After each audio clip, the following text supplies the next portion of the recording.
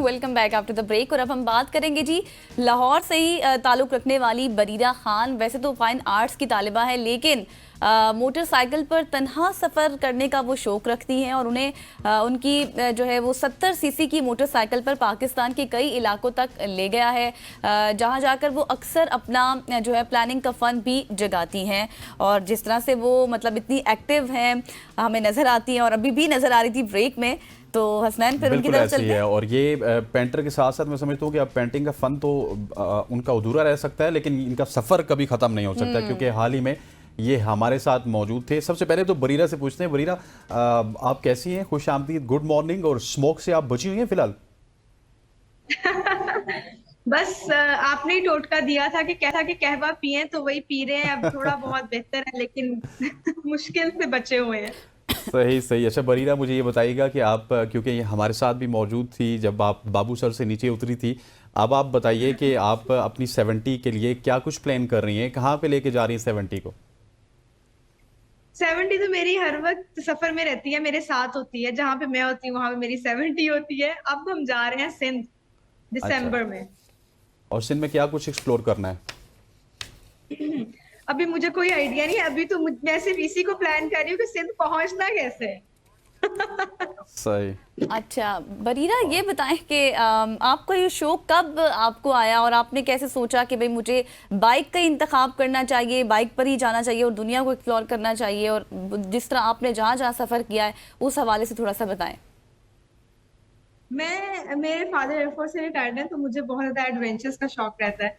और मुझे यही था कि मैंने ट्रैवलिंग करनी है। इसमें बाइक का कोई ताल्लुक नहीं था एज सच, लेकिन जब मैंने बाइक पे सफर किया तो मुझे लगा कि असल तो यही पिक्चर है, इसी का सीन है। बाइक पे मजा आता है, पहाड़ों को एंजॉय करने का, लोगों से मिलने का।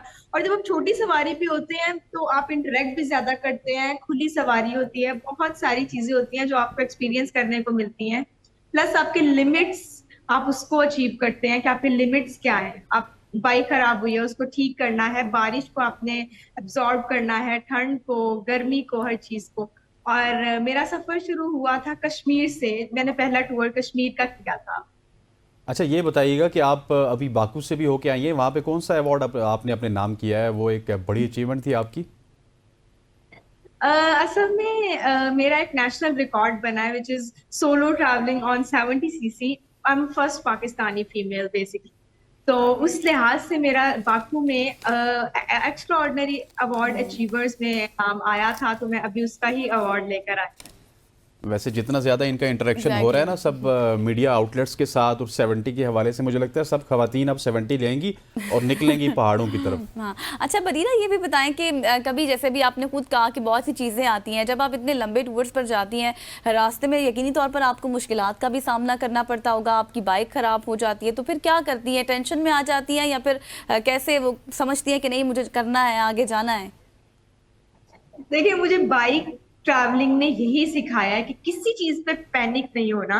क्योंकि अगर पैनिक हो गए तो फिर मर गए, डर गए तो मर गए। क्योंकि मैं अकेली होती हूँ, और अगर मैं वहां पे खड़ी हो जाऊं तो फिर तो सफर रुक जाएगा ना। तो मैं एकदम आप मेरे ये होते हैं कि मैं अपना सारा कुछ सीख के गई होती हूँ बाइक का, कि अगर कुछ भी इश्यू आ जाए तो उसको सॉल्व कैसे करना है। जैसे पंक्चर लगाना मुझे आता है। मरी हाईवे में बाइक पंक्चर हुई थी, पंक्चर लगाया मैंने। फिर उसके बाद मेरी अताबाद टनल में मेरी बाइक खराब हो गई थी, सिक्की लग रही थी, तो मैंने उसका प्लग ठीक किया, वो चल पड़ी। और अगर कोई मेजर इशू आ जाए तो I always connect with the local, कि मैं उससे बात कर लूं और वो मेरी हेल्प कर सके। अच्छा, आप बाइक मैकेनिक भी हैं, पेंटिंग भी करती हैं, सफ़र भी करती हैं, सबसे ज़्यादा किसको एंजॉय करती हैं? सॉरी। मैंने कहा आप बाइक मैकेनिक भी हो गई, अब उसके साथ साथ पेंटर भी हैं और सफ़र भी करती हैं, तो तीनों कामों को इक्वली एंजॉय करती हैं, कोई एक काम ज़्यादा एंजॉय करती हैं? I enjoy the three of my works equally, बल्कि इनको साइड बाय साइड लेके चल रही होती हूँ। If you have seen my videos, तो मैं किसी स्पॉट पे जाती हूँ एंड आई पेंट देयर। मेरा बेसिकली मकसद ये होता है to find a good spot, और वहां मैंने पेंटिंग करनी। क्या बात है। और हाँ। मुझे लगता है कि फ्यूचर में गज़ल ये अगर किसी भी फील्ड में नाकाम होगी ना, इनके पास एक ना एक फील्ड होगी। हाँ, और ये इनके सब पास ये हो क्योंकि सकता हर है फन मौला है, किसी में भी जा किसी सकती है। छोटी सी हाँ। दुकान में ये ना हो कि बरीरा मोटरसाइकिल मैकेनिक आपके साथ हाजिर खिदमत है, साथ पेंटिंग्स लगी हूँ, हाँ। साथ पूरे नॉर्दर्न की पिक्चर्स लगी हूँ। ऐसा भी हो सकता है बरीरा वैसे इन फ्यूचर? वैसे यू ये भी never know. And don't know. ये भी एडवेंचर है। अच्छा बरीरा, ये बताएं कि जैसे कि हमने स्टार्ट में भी बताया कि आपका ताल्लुक जो है वो फाइन आर्ट से है, और फिर फाइन आर्ट से हटकर ये आपकी फील्ड है बिल्कुल, मतलब टूर करना, एक्सप्लोर करना, दुनिया को जाना, जैसे कि अभी आपने अपना एक्सपीरियंस भी शेयर किया, और आप मल्टी टैलेंटेड भी हैं, हर काम भी जानती हैं, तो ये आपने स्टार्ट कैसे लिया, मतलब फाइन आर्ट्स और ये चीज़ तो बिल्कुल हट कर है। जी बिल्कुल भी ऐसा नहीं है। मुझे ऐसे लगता है आर्टिस्ट जो सा होता है वो एक्सपीरियंस करता है लाइफ को, और ट्रूली लाइफ को एब्जॉर्ब करता है अपने अंदर। और मुझे ऐसा लगता है जो मेरे लाहौर से पंजाब पास का टूर था, that was also a piece of art, that was unique, that was first, पहली बार किसी ने किया था, 70cc पे किया था, that had an idea, that has an vision. तो इसलिए मैं तो इसको बिल्कुल एक आर्ट वर्क ही समझती हूँ, अपना एक पीस ऑफ आर्ट है मेरा पूरी जर्नी। और उसके बीच में मैं ट्रैवल करती हूँ, सॉरी पेंटिंग्स करती हूँ, तो that is also you know merging. और मेरी मेजर इंस्पिरेशन ही ये दुनिया, ये नेचर है फॉर माई आर्ट। अच्छा बरीरा, मुझे एक चीज़ से थोड़ी सी हैरानगी हुई है। जो भी ट्रैवलर होते हैं वो जब ट्रैवलिंग करता है तो पूरा प्लान करता है कि उसने कहाँ जाना है। बाबूसर से होते हुए चल्लास जाना है, चल्लास से होते हुए रायकोट जाना है, रायकोट से होते हुए हुंजा जाना है, फिर स्कर्दू जाना है। लेकिन अभी जब मैंने आपसे सिंध के हवाले से सवाल किया तो आप सिंध के हवाले से आपने कुछ चीज़ें डिफाइन नहीं की कि आपने क्या क्या एक्सप्लेन करना है। इसकी क्या वजह है? क्योंकि मैं कुछ भी प्लान नहीं करती, क्योंकि अनप्लान्ड। अगर मैं प्लान करती हूँ तो होता यह है कि मैं उस प्लानिंग में घुसी रहती हूँ, and I lost the experience of my travel.